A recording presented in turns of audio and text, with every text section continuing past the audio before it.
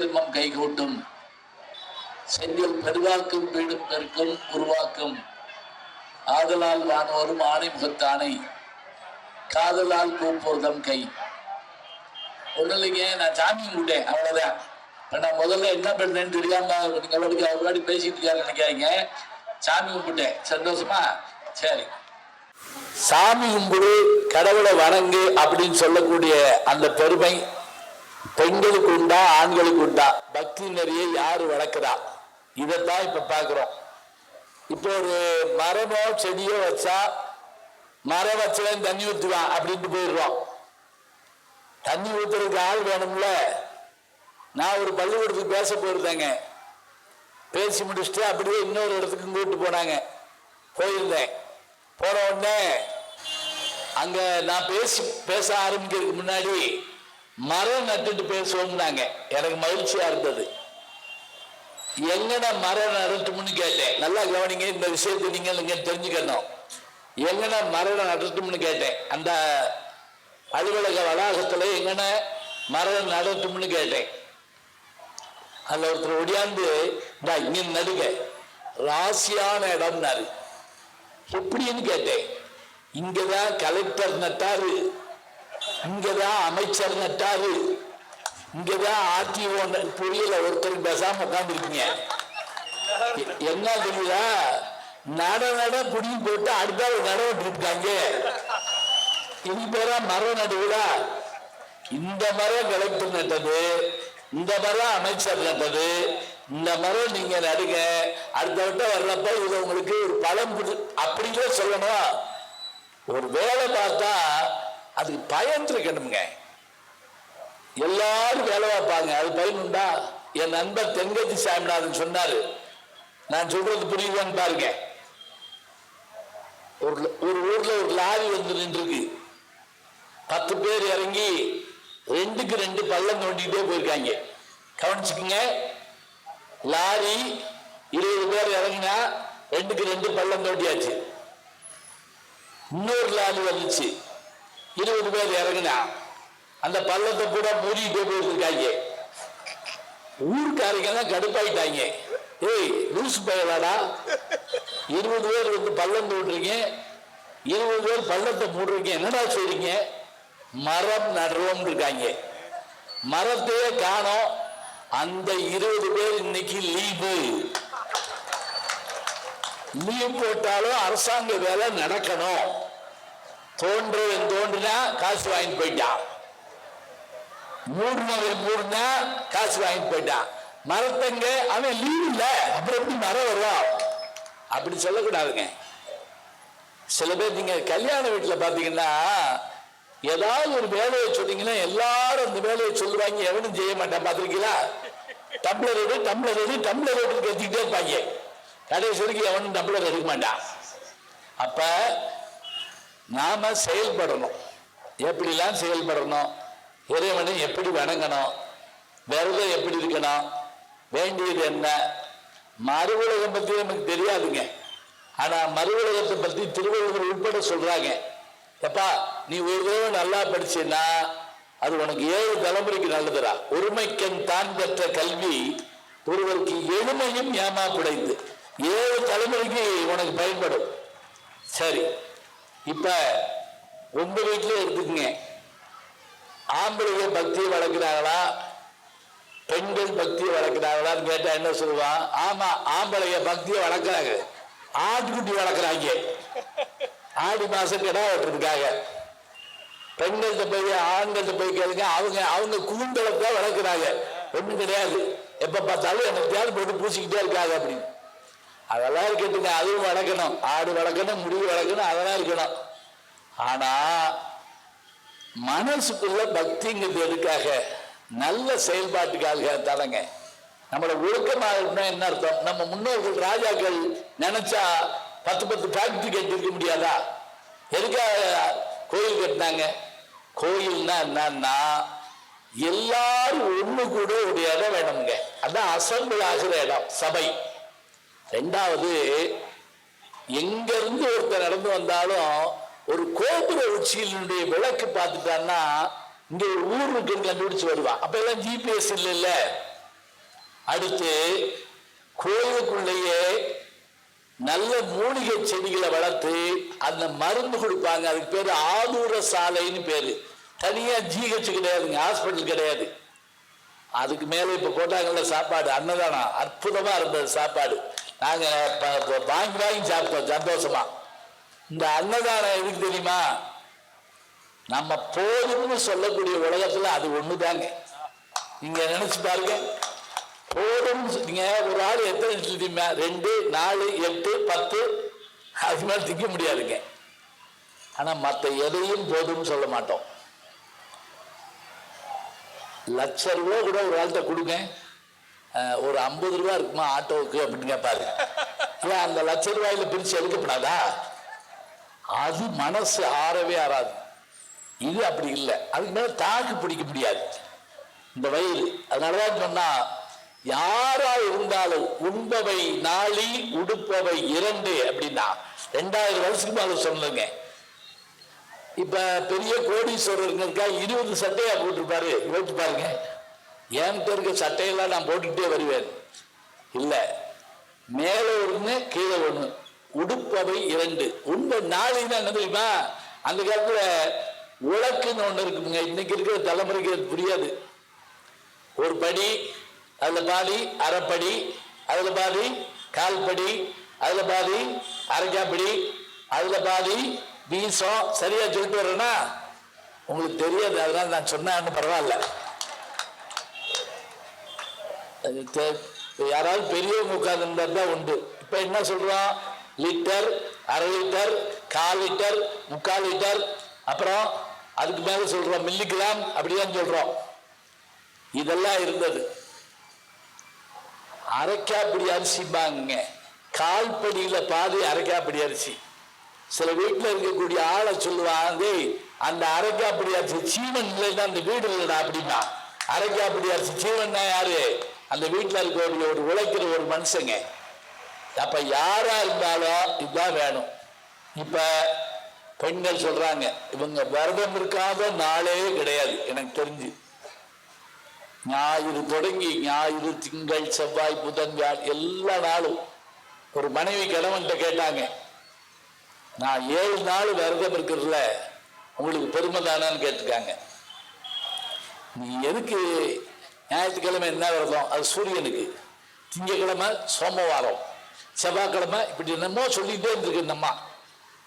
அவன் சொன்னா, இந்த பாரு, எதுக்கு இத்தனை விரதம் இருக்க? பேசாம மௌன விரதம் இருக்கு. ஒரு நாள் இது சண்டே வராது வீட்டுல. மௌனம் கலகநாஸ்தி அப்படிமா. அப்படின்னு என்ன தெரியுமா? கலகநாஸ்தின்னா சண்டை வராம இருக்கணும்னா யாராவது ஒருத்தர் பேசாம இருக்கணும். லங்கனம் பரம ஔஷதம் அப்படின்னா என்ன தெரியுமா? எம்பிட்டு நோய் வந்தாலும் ஒருவேளை பட்னி போடுங்க, நோய் போயிடும். சில பேர் பட்னி போறேன்னு சொல்லிக்கிட்டே எந்தையாவது சாப்பிட்டுக்கிட்டே இருப்பாங்க. எங்க என்ன சாப்பிட்டாலும் போக மாட்டேங்குது. அவர்கிட்ட கேட்டேன் நானு, விரதத்துக்கு என்ன செய்வீங்க? ஒரு பச்சை தண்ணி கூட பல்ல படாது, ராத்திரி மாத்திரம் ஒரே ஒரு பழம் சாப்பிடுவேன் அப்படின்னாரு. என்ன பழம்னு கேட்டேன். பலாப்பழம் அப்படின்னாரு. ஒரு பலாப்பழம்னா எப்படி? அது அதுக்கு பேரு விரதமா? அது விரதம் எப்படி இருக்கணும்? அதனால விரதம் இருந்து வீட்டை சுத்தப்படுத்தி எல்லாம் பண்றது இவங்க. கோவில்களை கட்டி குளங்களை வெட்டி எல்லாம் பண்றதுங்க அவங்க. இது மூலமா அடுத்த தலைமுறைக்கு ஒழுக்கம், நேர்மை, நாணயம் எல்லாம் சொன்னல. உணவு தரப்படுகிறது, மருந்து தரப்படுகிறது, ஆடை ஒழுக்கம் சொல்லி தரப்படுகிறது. இதுக்காகத்தான் நம்ம எல்லாம் கோயிலுக்கு வர்றோம். இந்த கோயில்ல பக்தி நெறியை வளர்ப்பவர்கள் யார் அப்படின்னு கேள்வி கேட்டு, ஆண்களா பெண்களா தான் தலைப்பு. ஆண்கள்னு பேச 2 ஆண்களும், பெண்கள்னு பேச 2 பெண்கள். அப்பதான் நமக்கு புரியும். இப்ப இவர் இங்கிட்டு வந்து உட்கார்ந்தாரு, இவர் ஏன் இங்கிட்டு உட்கார்ந்துருக்காரு அப்படின்னு கேட்போம். அதனால இதுல யார் ஆரம்பிக்கிறா? சரி, பக்தி நெறியை பெரிதும் பேணி வளர்ப்பவர்கள் ஆண்கள் தான் பேச வந்திருக்க. இவர் நாஞ்சில் நாட்டில இருந்து வர்றார். நீங்க உடனே அரேபியான்னு நினைச்சிடாதீங்க. நாஞ்சில் நாடுனா கன்னியாகுமரி, வேற ஒன்றும் இல்லை. அரேபியா பாலைவனத்திற்கு வர்றாரு போட்டுருக்கு அப்படின்னு நினைக்கப்படாது. நம்ம தமிழ்நாட்டிலேயே வருஷ நாடுன்னு ஒரு நாடு இருக்கு, கூரை நாடுன்னு ஒரு நாடு இருக்கு. எது? மயிலாடுதுறை இருக்கு. அதுபோல இவர் நாஞ்சில் நாடு, கன்னியாகுமரி. ஒரு காலத்துல திருவிதாங்கூர் சமஸ்தானத்தை சேர்ந்தவர் அவர். நல்ல பேச்சாளர். இப்ப முக்கியமா என்னன்னு கேட்டீங்கன்னா, காரைக்குடி அழகப்பா பல்கலைக்கழகத்துல டாக்டர் பட்டத்துக்கு ஆராய்ச்சி பண்ணிக்கிட்டு இருக்காரு, என்ன ஆங்கிலம் முடிச்சுட்டு. அது தவிர தன்னால முடிஞ்ச அளவுக்கு ஓரளவுக்கு சம்பாதிக்கிற பணத்துல ஒரு பகுதியை முதியோர் இல்லங்கள், அனாதை விடுதிகள், படிக்க முடியாத பிள்ளைகளுக்கு சாப்பாடு, உதவி என்று நல்ல செயல்களை பேசுறதோடு பட்டாமல் செய்தும் வருகின்ற நாஞ்சில் நாவரசு செல்லக்கண்ணன் அவர்கள் இங்க பேச வந்திருக்காரு. நாங்க தான் பக்தி நெறிய வளர்க்குறோம்னு காலையில 6 மணிக்கு கிளம்பி இப்ப 6 மணிக்கு வந்து சேர்ந்திருக்காரு. 12 மணி நேரம் பயணப்பட்டு வந்திருக்காரு. அருமையா பேசுவாரு, நல்லா பாடவும் செய்வார். இவருக்கு நம்ம பாராட்ட சொல்லிடுறோம். அவரோடு சேர்ந்து பேச ஒரு ஆளாவது வரணும். ஏன்னா எப்பவுமே திரும்பி பார்த்தா 2 ஆளாவது நிக்கணும். வடிவேலு மாதிரி திரும்பி பார்த்தா எல்லா பேரும் ஓடி போயிடக்கூடாது. அவர் ஒருத்தரை கூட்டு வந்திருக்காரு. அவர் அணியில அவர் நல்ல கல்விமான், படித்து ஆசிரியராக பல்லாண்டு காலம் பணியாற்றி இப்ப என்ன பண்ணா தெரியுமா? படிச்ச படிப்பெல்லாம் இருக்கட்ட மேத்தமெட்டிக்ஸா படிச்சீங்க? ஆமா, கணக்கு படிச்சு பேராசிரியரா இருந்தவர். எனக்கு என்னமோ தமிழ் பிடிச்சிருக்குது, நான் மேடைகள் தோறும் பட்டிமன்றம் தான் பேசுவேன் அப்படின்னு சொல்லி முழு நேரமாக பட்டிமன்ற பேச்சாளராக மாறி ஒரே ஒரு கூட்டத்திலாங்க அவரை பார்த்தேன். நான் பட்டுக்கோட்டை எங்க பார்த்தோம்? கோயம்புத்தூர்ல இவர் பாடுனதை கேட்டுன்னா அப்படியே வியந்து போனேன். அவ்வளவு அருமையா பாடுறார். ஏன்னா இப்ப பட்டிமன்றங்கள்ல என்ன வேண்டியிருக்குன்னா, நடுவில் பாட்டு வேண்டியிருக்கு, வேற வழி இல்லை. இது இப்படியே இருந்தா பரவாயில்ல, இது ஏதாவது வேற கூட்டி விட்டுற கூடாது. அணித்தலைவர்கள் அக்கினி செட்டி எடுத்து 5 நிமிஷம் ஆடுவார்கள். நடுவர் நாக்குல வேல் குத்தி பேசுவார். இப்படிதான் யார் நேர்ந்துக்கிறாருங்க? நடுவில் பாடுவாங்க. அவர் தேவகோட்டையை சேர்ந்தவர், நல்லாசிரியர், அருமையாக பாடக்கூடிய வணக்கத்திற்குரிய பேராசிரியர் லட்சுமி நாராயணன் அவர்கள் இங்க வருகை தந்திருக்கிறார். இந்த 2 பேரும் ஆண்களுக்கான வழக்கறிஞர்கள். இங்க பெண்கள் கூட்டம் தான் அதிகம் இருக்குமா? நீங்க கவலைப்படாதீங்க. இவங்க தான் வந்திருக்காங்க. இருக்கலாம், இருந்தாலும் நாங்க இல்லைன்னா வீட்டுல விளக்கேற்ற ஆள் இல்லை. நீங்க பார்த்திருக்கீங்களா? வெளியூர் போயிட்டு உள்ள வந்தா இருட்டுக்குள்ள உட்கார்ந்து இருப்பாரு அவரு. என்னன்னு கேட்டா, நீ விளக்கேற்றாத்தா அது எரியும், வயிறு எரியும். அந்த அம்மாவுக்கு விளக்கேற்ற தெரியாம உட்கார்ந்துக்கிட்டு அதுல பெண்கள் தான் பேச வந்திருக்கிறதுல முதல்ல உட்கார்ந்துருக்கவங்க இங்க நம்ம பேரூர் ஆதீனத்துல தமிழ் கல்வி பயின்று எம்ஏ எம்பில் பட்டங்களை முடிச்சு ஆசிரிய பணியிலே தன்னை ஈடுபடுத்தி கொண்டு எனக்கு தெரிஞ்சு பல்லாண்டு காலமாக, இப்ப ஒரு 20 வருஷம் என் கூட பேசுறாங்கன்னு சொன்னேன்னு வச்சுக்கோங்க, அந்த அம்மா வயசு தெரிஞ்சு போகும். அதனால அப்படி சொல்லக்கூடாது. சில்லாண்டு காலமாக பல்லாண்டு காலமாக நான் சொல்லிக்கிட்டு இருப்பேன். அப்படி என் கூட பல்லாண்டு காலமாக பேசக்கூடியவர்கள் மட்டும் இல்லைங்க, அவங்ககிட்ட ஒரு சிறப்பு என்னன்னா, சொன்ன நேரத்துக்கு கரெக்டா வந்து நிற்பாங்க. அது மாதிரி இவங்ககிட்ட வேற யாரும் முடியாது. இன்னைக்கெல்லாம் பாத்தீங்கன்னா கிளம்ப போறோம், கரெக்டா வந்து நிக்கிறாங்க. அவ்வளவு அருமையான அந்த நேரத்தை கடைபிடிக்கக்கூடிய நம்முடைய வணக்கத்திற்குரிய பேராசிரியை கோவை பூங்குடி அவர்கள் இங்கே வருகை தந்திருக்கிறார்கள். அடுத்து அமர்ந்திருப்பவர்கள் நீங்க எல்லா தொலைக்காட்சிகளையும் பார்த்திருப்பீங்க.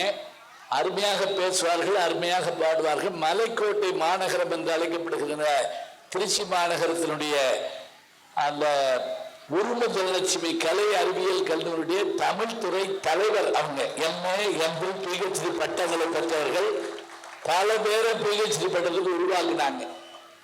உங்க வீட்டு பிள்ளைகள் எப்படி பேசணும் அப்படின்னு நீங்க நினைச்சீங்கன்னா, நான் உதாரணம் சொல்றேன். இப்ப இவங்க பேசுறப்ப நீங்க கேட்டுக்குங்க. இவர்களை போல பேச்சாளர்களாக வாருங்கள் அப்படின்னு நான் என் பொண்ணுக்கே சொல்லுவேன். என் பொண்ணு அர்ச்சனாட்ட, நீ பேராசிரியர் விஜயசுந்தரி மாதிரி பேசணும்பான்னு சொல்லுவேன். அத்தகைய சிறப்பு மிக்க பேராசிரியை டாக்டர் விஜயசுந்தரி அவர்கள் இங்கே பக்தி நிறைய வளர்ப்பது, இது அவங்களுக்கு சொந்த தொழிலில் நிற்கிற மாதிரி. ஏன்னா அவர்கள் அங்க இருக்கிற பல தொலைக்காட்சிகள்ல இப்ப கூட விஜய் டிவியில பேசிட்டு இருக்காங்க, தொலைக்காட்சிகள்ல தனி சொற்பொழிவுல தேவாரம், திருவாசகம், திவ்ய பிரபந்தம்னு அற்புதமாக பாடக்கூடியவங்க. இத்தனை பெருமை மிக்க அவர்கள் வந்திருக்காங்க. இந்த 4 பேர் தான் பேச வந்திருக்கவங்க. நான் எதுக்கு வந்திருக்கேன்னு கேட்கக்கூடாது, நான் அதுக்கு தான் வந்திருக்கேன். பேச வேண்டியது அவர்கள் கடமை. நேரத்தை பார்த்து மணி அடிக்கணும், எவ்வளவு நேரம் பேசுவாங்கன்னு கேட்கணும். இப்ப நீங்க தான் நினைப்பீங்க, இவர் இன்னும் முடிக்கல, நீ இவர் பேசி அவர் பேசி அவங்க பேசி இவரு பேசி. ஒன்றும் பயப்படாதீங்க. ஒரு நாளைக்கு கேட்டேன்ன, இங்க சாப்பிட்ட சாப்பாடு இங்க போனா 3 மணி நேரம். இங்க கேட்கறது நம்ம மனசுக்குள்ளேயோ நம்ம அறிவுக்குள்ளேயோ போனா வாழ்நாள்லாம் மறக்கப்படாதுங்க. அதை ஞாபகம் வச்சுங்க. அதனால திருவள்ளுவர் சொன்னார், செல்வத்துள் செல்வம். என்ன முணங்கிட்டு இருக்கீங்க? சொல்லக்கூடாது சொல்லியா? சொல்லிவிட்டேன் நானே. செல்வத்துள் செல்வம். ஒருத்தருக்கு வர மாட்டேங்குது. என்ன காரணம் தெரியுமா? அம்படி சாய்ஸ்ல விட்டுருக்கீங்க. அம்படி படிக்கிறப்ப திருக்குறள் 2 மார்க் விட்டு போ படிக்க. செல்வத்துள் செல்வம் செவி செல்வம், அச்செல்வம் செல்வத்துள் எல்லாம் தலை. எல்லா செல்வத்திலும் இந்த திருக்குறள்ல 5 தடவை செல்வம்ங்கிற சொல் வருது. செல்வத்துள் செல்வம் செவி செல்வம் அச்செல்வம் செல்வத்துள் எல்லாம் தலை. மெய் வாய் கண் மூக்கு செவி எல்லாத்துலயும் செல்வத்தை நுகர்றோம். மெய்னா என்ன? உடம்பு. இந்த சட்டை போட்டிருக்கேன், இந்த நகை போட்டிருக்கேன், மெய் செல்வம். வாய் தின்னே தீட்டிக்கிட்டு இருக்கேன், கண்ணு பார்க்காத விஷயம் இல்லை, மூக்கு நுகராத விஷயம் இல்லை. ஆனா இதெல்லாம் ஒரு நாளைக்கு மறைஞ்சு போகும்டா சாமி. நீ உங்க அப்பாட்ட கேட்டீல, உங்க வாத்தியார்ட்ட கேட்டீல, நீ கிருபானந்த வாரியார் சாமிகிட்ட கேட்டீல, அந்த சொற்கள் மனசுக்குள்ள வாழ்நாள் முழுவதும் இருக்குண்டா. அதனால செல்வத்துள் செல்வம் செவிச்செல்வம். நான் ஏன் உங்ககிட்ட கேட்டேன் தெரியுமா? ஒரு கூட்டத்தில் செல்வத்துள் செல்வம்னு கேட்டேன். ஒரு அம்மா எந்திரிச்சு திருமதி செல்வம் அப்படின்னு சொல்லிச்சு. அப்புறம் என்ன செய்ய, அது ஒரு சீரியல். அதனால இப்படி தப்பு தப்பா போயிடக்கூடாது. நல்லா உட்காந்து கேளுங்க. இப்ப இவங்க பேச வேண்டிய நேரம் என்னன்னா, ஒவ்வொருத்தரும் ஒரு 10ல இருந்து 12 நிமிஷம் பேசுவாங்க. சரியா? 12 நிமிஷம் பேசுவாங்க. எம்பிட்டு பேசினாலும் அம்பிட்டு காசு தான் கொடுப்பேன், அது வேற விஷயம். அவங்க பேசணும். எதுக்கு நேரம் குறிக்கிறேன் தெரியுமா? ஓட்ட பந்தயத்துல நேரமும் தூரமும் இருந்தா தாங்க ஓட்டம் நல்லா இருக்கும். ஓட்ட பந்தயம் 1 2 3 எங்க வேணாலும் ஓடிக்கும் அப்படின்னாலும் ஓட்ட பந்தயமா? அது வீட்டுக்கு ஓடி போயிடுவான். அப்படியே இவ்வளவு தூரத்தை இவ்வளவு நேரத்தில் யார் கிடக்கிறார்களோ அவரே சிறந்தவர். அதுபோல என்னதான் இவங்க படிச்சிருந்தாலும் பிடிச்ச நேரத்துல பேசணும். நான் ஒரு கிராமத்தில் பேச போனப்ப அந்த ஊர் பெரியவர்கிட்ட கேட்டேன், எவ்வளவு நேரம் பேசணும்னு. அவரு என்ன இப்படி கேட்டுப்பிட்டீங்க, இது உங்க ஊருங்க, உங்க ஊரியா, எவ்வளவு நேரம் வேணாலும் நீங்க பேசுங்க, நாங்க போயிடுவோம் அப்படின்னாரு. எங்களுக்கு வேலை இருக்குல்ல அப்படின்னாரு. அப்புறம் நான் தான் வேலையை போன ஊருல போய் பேசிக்கிட்டு இருக்கேன். நல்லா கேட்கணும். அதனால 10ல இருந்து 12 நிமிஷம் பேசுங்க. பேச வேண்டியது அவர்கள் கடமை. நேரத்தை பார்த்து மணி அடிக்க வேண்டியது என்னுடைய கடமை. உங்க கடமை என்ன? இந்த 4 வருஷம் மாத்திரம் நேர்ந்து விட்டுருக்காங்களா? ஏன் பின்னாடி எல்லாம் கை வச்சாங்க? ஏன் அந்த கேமராவை திருப்புங்க. அந்த ஒரு பொண்ணு போன்ல பேசிட்டு இருக்காரு. கேமராவை அப்படியே திருப்புங்க. எல்லாரும் கை தட்டுற மாதிரி எடுங்க பார்ப்போம். இப்ப நல்லா சிரிச்சுக்கிட்டே கை தட்டுக்க பார்ப்போம். அப்படி ஏன் அப்பா சுத்தி விடுங்கயா. இந்த பக்கம் இந்த பக்கம் போட்ட மேக்கப் எல்லாம் வேஸ்ட் ஆகிட போகுது. நல்லா கை தட்டுச்சிருங்க. இந்த பக்கம் வருது கேமரா. அல்ல இந்த நீங்களும் கை தட்டலாம். நிக்கிறவங்களும் எடுங்க. நின்னெல்லாம் கேட்டாங்கன்னு காட்டணும். நான் 4 நாளைக்கு முதல்ல ஒரு ஊர்ல இப்படி கேமராவை பார்த்து அவரை கேட்டேன், இது நேரில் யான்னு கேட்டேன். அவர் பதறிட்டார். ஒண்ணு நேரில் ஐயா ஐயா பயப்படாதீங்க, இது லைவான்னு கேட்டேன். அப்படி தமிழோட தொலை வேண்டியதானே அப்படின்னாரு. நேரலைன்னா புரியலையா, லைவ்னா புரியுதா? சரி, இது பதிவு செய்யப்பட்டது தான், இருக்கட்டும், நல்லதுதான். இப்ப எல்லாம் சொல்லியாச்சு, நீங்க கைதட்டலாம், சிரிக்கலாம். வீட்டுக்கு போகணும்னு நினைக்கிறீங்கன்னு வைங்க, தெய்வ குத்தமாக அது ஒன்றும் பயப்படாதீங்க. அப்படியே எந்திரிச்சு போனா கடவுள் அதெல்லாம் ஒன்றும் செய்ய மாட்டாரு. போடும்னா ஒரு ரெண்டு பேரா போங்க, குப்பிட்டு போய் எங்களை பயன்படுத்தக்கூடாது. சரி, எப்படி எந்திரிச்சு போறது? அதுக்கு நான் யோசனை சொல்லி தர்றேன். என்ன எப்படி எந்திரிச்சு போகணும் தெரியுமா? வெறும் போனை கையில் எடுக்கணும். அப்படியா அப்படின்னு கேட்கணும். உடனே வா, அப்படியே கிளம்பிடணும். கூட உட்கார்ந்துருக்கு இந்த யோசனை நமக்கு வராம போச்சடா அப்படின்னு யோசிப்பாங்க. அதெல்லாம் இல்லைங்க. இப்ப நீ சினிமா பார்த்தா கூட வீட்டுல உட்கார்ந்து எல்லாரும் ஒன்னா பார்க்க முடியுதா? அதுல வர்ற பாட்டும், அதுல வர்ற வார்த்தையும், அதுல வர்ற டான்ஸும் பார்த்தா நமக்கே பயமா இருக்குங்க. ஒரு வீட்டுல எல்லாரும் உட்காந்து சினிமா பார்த்துக்கிட்டு இருந்தாங்க. முன்னாடி ஒரு சின்ன பையன் 8 வயசுக்கு போய் உட்காந்துருந்தான். சினிமால மோசமான காட்சி வீட்டுக்குள்ள போட்டு விட்டாங்க. அவங்க அப்பா பயந்து போய் கண்ணை மூடுறா அப்படின்னு கத்துனாரு. யாரு? அது 8 வயசு பையல. அது ஒடியா அந்த அப்பா கண்ணை முடிக்கிட்டா. அப்படியே ஏன்னா அவனுக்கும் கவலையா இருக்குல்ல, அப்பா கெட்டு போயிடக்கூடாதுன்னு. சரி, அதனால இதுல அப்படிலாம் ஒண்ணும் இல்லைங்க. இதுல என்னன்னா, ஒரு நல்ல கதை வரப்போகுது, பாட்டு வரப்போகுது, புராணம் வரப்போகுது, இதிகாசம் வரப்போகுது. நாம என்ன வீட்டுல செய்யணும்? ஒரு வெள்ளிக்கிழமைனா என்ன பண்ணணும், ஒரு செவ்வாய்க்கிழமைனா என்ன பண்ணணும், சாப்பாடு எப்படி சாப்பிடணும், எல்லாம் இருக்குதுங்க புராணத்துல. இலை போடுறப்ப எப்படி போடுறோம்? பெரிய புராணம் சொல்லுது. இலை போடுறோம் சாப்பிட்றப்ப அந்த இலையினுடைய பகுதி எப்படி இருக்கணும்? அந்த கூர்மையான நுனி பகுதி இந்த பக்கமோ, இடதுகை பக்கமோ, வலதுகை பக்கம் அகலமான பகுதி, இவ்வளவுதாங்க. ஏன்? அது சாஸ்திரம் இல்லை, ஒண்ணும் இல்லை. இந்த பக்கம் அகலமா இருக்கும், நல்லா பிசைஞ்சு அப்படி உருட்டி மேல் நோக்கி எரியலாம். அதுக்குதான். அப்புறம் இன்னும் சில பேருக்கு இலையை இப்படி மூடுறதா, அப்படி மூடுறதா. சில பேர் இப்படி மூடினா துக்கத்துக்கு அர்த்தம். அதெல்லாம் ஒண்ணும் கிடையாது. இந்தியெல்லாம் தரையில உட்காந்து சாப்பிடுவோமா? அப்ப நமக்கு ஏத்தாப்புல ஆள் உட்காந்து சாப்பிட்டு பாயலா. நம்ம இப்படி மூட்டோம்னு வச்சுக்கோங்களேன், இதுல இருக்க அந்த எச்சி சாதம் எழுத்தாப்புல போய் விழுந்துரும்.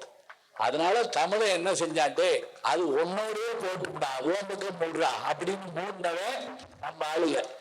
எல்லாத்துலயும் ஒரு நியாயம் உண்டுங்க. கொரோனா வந்தா தான் கை கொடுக்கறது நிப்பாட்டி கும்பிட சொன்னாங்க. இல்ல, நம்ம ஊருக்குள்ள காலங்காலமா வந்த உடனே இப்படி கும்பிடுவோம். நீ அங்க நில்லு, நான் இங்க நிக்கிறேன். பாத்தீங்கன்னா டிஸ்டன்ஸ் கீப் அப் பண்ணிருக்கேன் பாருங்க. இன்னொன்னு, வீட்டு வாசல்ல ஒரு அண்டாலையோ ஒரு வாளிலையோ ஒரு தண்ணியும் ஒரு செம்பும் ஒரு படிக்கல்லும் போட்டுப்பாங்க, கழுவிட்டு உள்ளவா. நம்ம கொங்கு நாட்டு பக்கம் இன்னொரு வழக்கம் உண்டு தெரியுமா?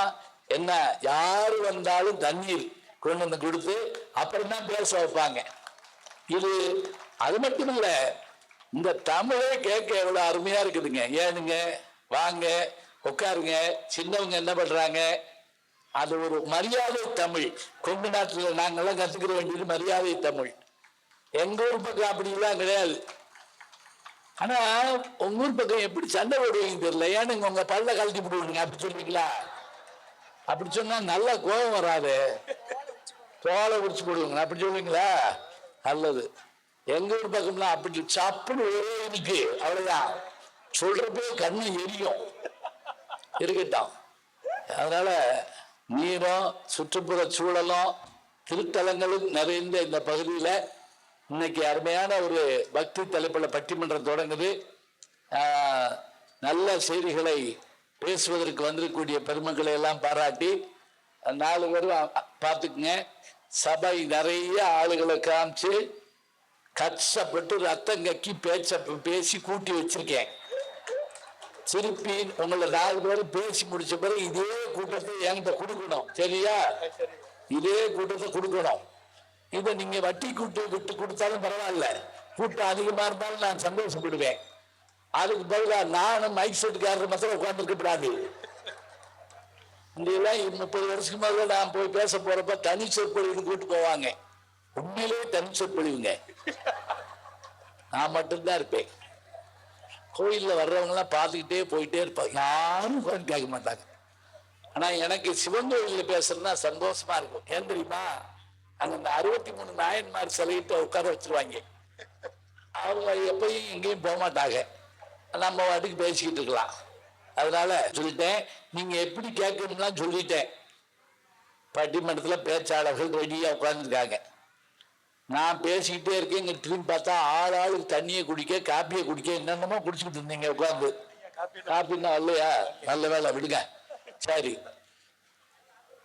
பக்தி நெறியை பெரிதும் பேணி வளர்ப்பவர்கள் ஆண்களா பெண்களான்னு கேட்டு காலங்காலமா ஆண்கள் தான் என்று பேசுவதற்காக நாஞ்சில் நாவரசு செல்லக்கண்ணன் அவர்களை அழைத்து என் முதல் சுற்று பேச்சை நிறைவு செய்கிறேன். நன்றி, வணக்கம். வாங்க. எல்லாம் வல்ல எல்லாமுமான உலகை படைத்து உலக உயிர்களுக்கெல்லாம் உயிருக்கு உயிராய் அணுவுக்கு அணுவாய் இயக்கி வரக்கூடிய ஏக பரம்பொருளை மனதிலே நினைத்து மொழியால் உலகத் தமிழர்களை ஆட்சி செய்து வரக்கூடிய சொற்களை விற்பனை செய்பவர்கள் மத்தியில் மக்கள் இதயத்திலே சொற்களை விதைத்து வரக்கூடிய, சமீபத்திலே லண்டன் சென்று வாழ்நாள் சாதனையாளர் விருது பெற்றிருக்கக்கூடிய மிகச்சிறந்த தமிழறிஞரும் எங்களுடைய வழிகாட்டியுமான ஐயா நடுவர் பிறந்தகை அவர்களே, நன்றி நன்றி. இரு அணியிலும் வாதிடுவதற்காக வருகின்றிருக்கக்கூடிய பேச்சாளர் பெருமக்களே, இந்த நல்ல நிகழ்வினை மிகச் சிறப்பாக ஏற்பாடு செய்து நடத்தி கொண்டிருக்கக்கூடிய நிர்வாக கமிட்டியை சார்ந்த பெருமக்கள் அத்தனை பேருக்கும், ரசித்துக் கொண்டிருக்கக்கூடிய அத்தனை பக்த பெருமக்கள் அத்தனை பேருக்கும் அடியனின் முதற்கண் அன்பு கலந்த வணக்கத்தில் தெரிவித்துக் கொள்ளுகின்றேன். நல்ல சந்தோஷமா கைத்தட்டலாம் ஐயா, காசா பணமா நல்ல உற்சாகமா கைத்தட்டலாம். ஏன்னா நல்ல கைத்தட்டு ரசிச்சா சுகர்லாம் வராதுயா. யாருக்கு? கை தட்டுறவங்களுக்கு. அப்படி சொல்லுங்க. நீங்க என்னைய பார்த்துக்கிட்டு சுகர்லாம் வராது, சுகர் வராது, பிரஷர் வராது, கொலஸ்ட்ரால்லாம் வராது. குறிப்பா தாய்மார்கள், பெண்கள் நல்ல கைத்தட்டு ரசிச்சுங்கன்னா தலை முடி நல்ல வளரும். யார் சொன்னா? நான் சொல்லலையா, போன வாரம் தான் அமெரிக்காவில் கண்டுபிடிச்சிருக்காங்க. ஆமா, சந்தேகமா போய் நட கேட்டு வந்திருக்கேன். ஏன்னா இந்த உலகத்துல உண்மையான கோடீஸ்வரன் யார் அப்படின்னா, 10 கார் வச்சிருக்கிறவன் பணக்காரன் கோடீஸ்வரனா, 100 ஏக்கர் நிலம் வச்சிருக்கிறவன் பணக்காரன் கோடீஸ்வரனா, அரண்மனை மாதிரி வீடு கட்டிருக்கிறவன் பணக்காரன் கோடீஸ்வரனா, நோயே இல்லாதவன் கோடீஸ்வரன். சபாஸ். கடனே இல்லாதவன் லட்சாதிபதி. முடிஞ்சு போச்சு.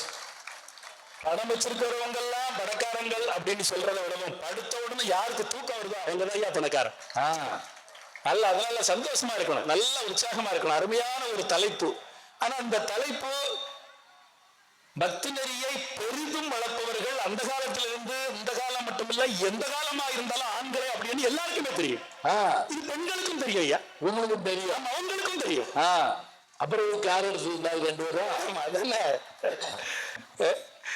சந்தேகம் உண்டா? ஒண்ணும் இல்லையா. இந்த கோயில் கும்பாபிஷேகம் இதை எடுத்துக்கங்களேன், கால்நாட்டுறதுல இருந்து, அஸ்திவாரம் தோன்றதுல இருந்து, செங்கல் சமக்கிறதுல இருந்து, சிமெண்ட் சமக்கிறதுல அத்தனை வேலைகள், கட்டட வேலைகள், அத்தனை வேலைகள் கிட்டத்தட்ட சில ஆண்டுகளாக இந்த வேலைகள் நடந்துகிட்டு இருக்கோம் என்னையா.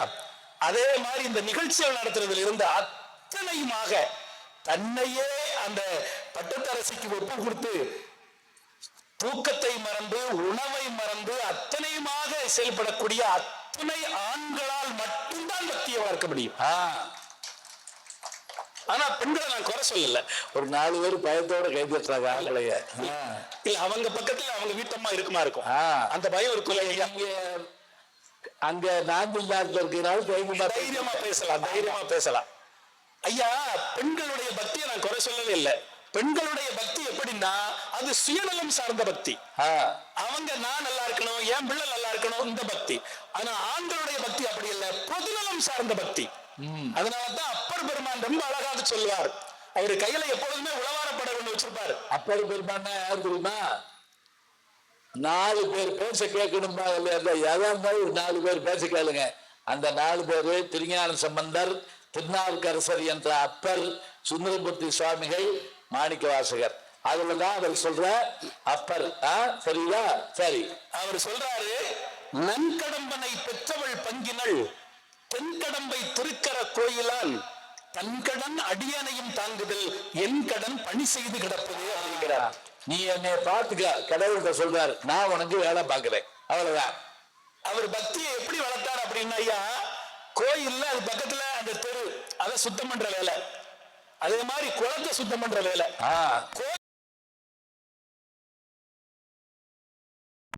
அவர் செய்து அதனால பக்தியை அவர் வளர்த்தார் அப்படின்னா, அதனாலதான் சொல்லுவாங்க முக்கியமாக அதாவது எப்படின்னா, பகவான் பக்தியினால் பாலை கொடுத்து ஞானசம்பந்த பெருமானை ஆட்கொண்டார். சரி. சூளை கொடுத்து அப்பர் பெருமானை ஆட்கொண்டார். சூளைன்னா நோய், வயிற்று வலி நோய். ஓலை கொடுத்து சுந்தரமூர்த்தி சுவாமிகளை ஆட்கொண்டார். கல்யாணத்தை நிப்பாட்டி ஓலை கொடுத்து ஆட்கொண்டார். ஐயா, ஆண் மக்களுடைய பக்தியினால விதியையே வெல்ல முடியும் அப்படின்னா அதுக்கு உதாரண செய்திகள் இருக்கு. அப்படி விதியை வெல்ல முடியும், விதியை வெல்ல முடியும், திதியை வெல்ல முடியும், திதியை விதியை வெல்ல முடியும், திதியை வெல்ல முடியும், ஏன் நிதியை கூட பெற முடியும். அது எப்படின்னா ஐயா, இப்போ என்றும் 16 நம்ம சொல்றோம் இல்லையா, மார்க்கண்டேயன் வந்து என்றும் 16. திருக்கடையூர் போயிருக்கீங்களா? 60 வயசானா 70 வயசானா 80 100 வரைக்கும் போலாம். அது மார்க்கண்டேயன் ஸ்தலம். இப்ப கூட ஐயா நீங்க 70க்கு போயிருந்தீங்களா ஐயா? நாங்கெல்லாம் வந்திருந்தோம் ஐயா. யாரு 70க்கு போயிருந்தேன்? ஐயா ஐயாவுடைய திரைக்கடு ரொம்ப நிம்மதியா இப்ப எனக்கு 70ன்னு சொல்லியாச்சா? சரியா? அந்த காட்சியை நான் பார்த்தேன், ரொம்ப சந்தோஷமா இருந்தீங்க. சரி. அந்த மார்க்கண்டேயன் வந்து இந்த தலம் அவ்வளவு சிறப்புக்குரிய ஒரு தலம். அப்போ அவருக்கு வந்து 16 அப்படின்னு சொன்ன தெரிஞ்ச உடனே எம்பெருமானுடைய அந்த சிவலிங்கத்தை கட்டி தழுவி, அதாவது அதை விடவும் இறைவனுடைய திருநாமம் தான் பெருசு அப்படின்னு சொல்லி தன்னையே ஒப்பு கொடுத்ததுனால, பகவானிடத்திலே சரணாகதி அடைந்ததனால் விதியை வெல்ல முடிந்தது. பிரம்மன் எழுத்த சிவன் எழுத்து மாத்துச்சு. அதான் ஆச்சரியம். அதே மாதிரி அபிராமிப்பட்டர் ஒண்ணும் இல்ல, அமாவாசை திதி அவரை பௌர்ணமி அடி அப்படி சொல்லிட்டாரு, அவ்வளவுதான். அதனால கொடுக்கப்பட்ட தண்டனை பெரிய தண்டனை. ஆனா அந்த திதியை கூட மாற்ற முடிந்தது அப்படின்னு சொன்னா அவருடைய பக்தியினால மாற்ற முடிந்தது. இவை அத்தனை அதே மாதிரி பாருங்க, நிதியை பெற முடிந்ததுன்னு சொன்னல ஐயா. குசேலனுடைய பக்தி, கிருஷ்ண பரமாத்மாட்ட போறார், அவரு ரொம்ப ஏழை குடியானவர் பகவானுக்கு தெரியும், நன்மையே கொடுக்கிறார். அது முக்கியமா என்னன்னா, அவர் கிளாஸ்மேட், கிருஷ்ண பரமாத்மாவுக்கு கிளாஸ்மேட். ஏழை என்ன, கொஞ்சம் அதிகமான பிள்ளை, அதிகமான சொல்லப்படாது, 27 பிள்ளை. 20 இப்ப நீங்க கூட கேட்கலாம், 27 பிள்ளைன்னா அந்த முதல் பையனுக்கு வயசு 26 ஆகும்ல, அந்த பையன் வேலைக்கு போய் சம்பாதிச்சு போட்டுக்க வேண்டியதானே. இதுக்கு வாரியார் சாமி என்ன சொன்னார் தெரியுமா? அப்படி கணக்கு போடாதீங்க, ஒருவேளை ஒரு பிரசவத்துல 3 பிள்ளைலாம் பிறந்திருக்கலாம்ல, அதனால எல்லா பிள்ளையும் 10 வயசுக்குள்ளதான் இருக்கான். இப்ப இவர் போய் கிருஷ்ண பரமாத்மாட்ட அந்த நிதி வாங்கிட்டு வர்றாரு. சொல்லுங்க. அப்ப உண்மையான பக்தியினால் அது கிடைக்கப்பட்டது. ஒண்ணும் இல்லையா, இப்போ பாருங்க, இப்போ நம்ம எல்லாருக்குமே தெரியும், உலகத்திற்கே வெளிச்சத்தை கொடுத்தது அமெரிக்காவை சார்ந்த தாமஸ் ஆல்வா எடிசனாக இருக்கலாம். உலகத்துக்கே வெளிச்சத்தை கொடுத்தது. ஆனால் அமெரிக்காவிற்கே ஆன்மீக வெளிச்சத்தை கொடுத்தது நம்முடைய வீரத்துறவி சுவாமி விவேகானந்தர் தான். உலகம் முழுக்க நம்முடைய தர்மத்தினுடைய பெருமைகளை, வழிபாட்டினுடைய பெருமைகளை எல்லாம் அறுவகை வழிபாடு கொடுத்தது ஆதிசங்கர பெருமான் ஐயா. சக்தி வழிபாடு, கணபதி வழிபாடு, அந்த அறுவகை வழிபாடு நமக்கு எப்படி பகவானை வழிபாடு செய்யணும் அப்படின்னு சொல்லி கொடுத்தது கூட ஆண் மக்கள் தான். பெண் மக்கள் இருக்க முடியாது. பெண்களுக்கு வாய்ப்பு குறைவு, ஆனால் ஆண்களுக்கு அப்படி இல்லை. அவங்க வாழ்நாள் முழுக்க ஒண்ணு இல்லையா, இப்போ சபரிமலைக்கு மாலை போடுறாங்கல்ல, ஒரு மண்டலம் 48 நாள். ஐயா, விரதம் இருக்கிறது சாதாரண விஷயம் இல்லை. நீங்க சொன்னீங்கல்ல ஐயா, மௌன விரதம் இருக்கிறது ஒரு நாள் இருந்து போயிருந்தா கஷ்டம் இல்லை.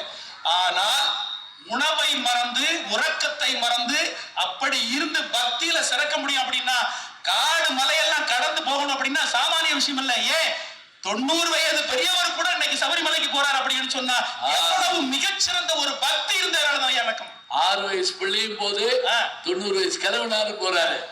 18 படி மீது விளங்கிடும் சன்னிதானம், விதியை மாற்றி வைக்கும் வீரனின் சன்னிதானம், கவலையை போக்கிடும் கணபதி சன்னிதானம், கவலையை போக்கிடும் கணபதி சன்னிதானம், அவனியெல்லாம் காக்கும் ஐயப்பன் சன்னிதானம், மாமலை சபரியிலே மணிகண்டன் சன்னிதானம், மாபெரும் பக்தர்களும் வணங்கிடும் சன்னிதானம், சன்னிதானம் ஐயப்பன் சன்னிதானம். அப்போ அதே மாதிரி ஒண்ணு இல்லையா, இப்போ பாருங்க, பகவான் ராமகிருஷ்ண பரமஹம்சருக்கெல்லாம் காளியினுடைய காட்சி கிடைக்கல அப்படின்னா மூக்கு அப்படி தரையில போட்டு உரசுவார். கொடூரமான பக்தி. அவருடைய பக்திக்கு ஈடு இணையாக நம்ம எதையுமே சொல்ல முடியாது. உலகம் முழுக்க வழிபாடு எப்படி செய்யணும் அப்படின்னு சொல்லி தர்மத்தினுடைய பெருமைகளை எல்லாம் கொண்டு சேர்த்த பெருமை இன்னைக்கு வரை என்னைக்குமே நம்ம விவேகானந்தரை மறக்க முடியாது. அது மட்டும் இல்லைங்க, வாரியார் சாமிகள் நடுவர் அவர்களை அவரு வாழ்நாள்ல முருகப்பெருமானை வணங்காத நாள் கிடையாது. இன்னொன்னு என்ன அப்படின்னா, பகவானை வழிபாடாத நாளெல்லாம் வீணான நாள் அப்படின்னு சொல்லிட்டு அதுல இருந்து வரக்கூடிய அவர் எங்கெல்லாம் போனாரோ அதுல இருந்து வந்த வருமானத்தை கூட இறைவனுடைய சன்னிதானத்திலே கும்பாபிஷேகத்தை, அதாவது ஆலயம் கட்டி கும்பாபிஷேகத்துக்கு தான் பயன்படுத்தினார். அப்படின்னா அவருடைய பக்தி, முருகப்பெருமான் இருந்த வைத்த பக்தி எவ்வளவு அர்ப்பணிப்பு. வள்ளல் பெருமான் முருகா அப்படின்னு சொல்லிட்டு பட்டைய போட்டுட்டு நிலக்கண்ணாடியை பார்க்க, நிலக்கண்ணாடியில முருகன் இருக்கிறார். எப்படிப்பட்ட பக்தி! இன்னைக்கு அருள் பெரும் ஜோதி, அருள் பெரும் ஜோதி, தனிப்பெரும் கருணை, தனிப்பெரும் கருணை அப்படின்னு சொல்லிட்டு சத்திய ஞான சபை மூலமாக இன்னைக்கு உலகெங்கிலும் வரக்கூடிய பக்தர்களுக்கெல்லாம், அதாவது எல்லா வீடுகளிலும் பொதுவாக ஆலயங்கள்ல அணையா விளக்கு உண்டு, ஆனால் வடலூர்ல அணையா அடுப்பு இன்னைக்கு இருக்கு. அந்த பக்திக்கு இடையினையாக எதை சொல்ல முடியும்? முருக பக்தன் ஞானசம்பந்த பெருமானை குருவாக கொண்டு அவர் வாழ்ந்தார். அப்படின்னா வாழ்க்கை முழுவதும் பக்திக்காகவே, இறை பக்திக்காகவே தன்னை அர்ப்பணித்த பெருமகனார் அவர். அதே மாதிரி இன்னைக்கு ஐயா 63 நாயன்மார்கள் எண்ணிக்கையில கூட நாங்க தான் ஐயா கூடுதல். 60 பேர் ஆண்கள் ஐயா, மெஜாரிட்டி 60 பேர் ஆண்கள், 3 பேர் தான் பெண்கள், 3 பேரு. ஆழ்வார்கள் 12 பேரு, அதுல ஒரு ஆண்டாள் நாச்சியார் மட்டும்தான் உண்டு. 11 ஆட்களும் நாங்கம்மா, மறந்துடக்கூடாது. ஆண்மகன் ஒண்ணு இல்லையா, பெண்களுடைய பக்தி ஆடம்பரமான பக்தி. எல்லா வேலைகளும் முடிச்சிட்டு வந்து அதை எப்படின்னா வெளிப்படையான பக்தி. ஆண் மக்களுடைய பக்தி ஒளியை உள்ளுக்குள்ள வைத்து வழிபடக்கூடிய பக்தி. உள்ளம் பெறும் கோயில், ஊன் உடம்பு ஆலயம், வள்ளல் பிரானுக்கு வாய் கோபுர வாசல், தெள்ள தெளிந்தாருக்கு ஜீவன் சிவலிங்கம், கள்ள புலனைந்தும் காளாமணி விளக்கு அப்படின்னு சொன்னார் இல்லையா.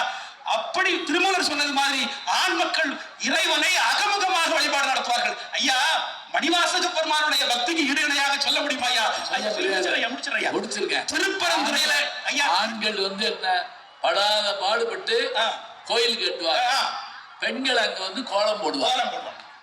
அதானுமா உண்மைதான். சக்கர பொங்கல் பையன் தஞ்சை பெரியவன் கோயில் கட்டி எத்தனை வருஷம் ஆச்சு?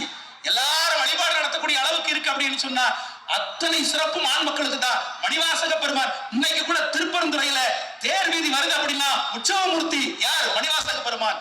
கருவாசகம் போக்கும் திருவாசகத்தை கொடுத்தவர். அவர் சொல்றார், இறைவனை அழுது இறைவனுடைய அடியை கண்டவர் அப்படின்னா அந்த சிறப்பு அவருக்கு தான் உண்டு. அம்மையே அப்பா ஒப்பில்லாமணியே, அன்பினில் விளைந்த ஆரமுதே, பொய்மையை பெருக்கி பொழுதுனை சுருக்கும் புழுத்தலை புலையனேன் தனக்கு செம்மையே ஆன சிவபதம் அளித்த செல்வமே சிவபெருமானே, இம்மையே உன்னை சிக்கன பிடித்த நீ எங்கிருந்த அருள்வதி நீ அப்படின்னு பாடுறார். அப்படின்னா தன்னையே இறைவனுக்கு கொடுப்பவர்கள் ஆண் மக்கள். நிறைவா ஒன்னே சொல்லி முடிச்சிட நடுவர் அவர்களே, முதல்ல சொல்ல முடியாத ஐயா, எல்லாருக்கும் தெரியும் சத்ரபதி வீரசிவாஜியினுடைய குருநாதருக்கு பேர் ராமதாசன்.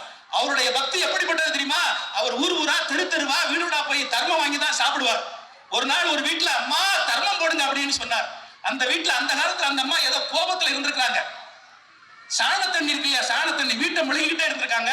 சாண தண்ணியை எடுத்து அந்த சாணத்தோடு கலந்த துணியோடு அப்படியே இவருடைய முகத்துல வீசி எரிஞ்சிட்டாங்க. அவர் கோபப்படல, திட்டல, ஒன்னும் சொல்லல. அப்படியே வந்தாரு, ஆசிரமத்துக்கு வந்தாரு.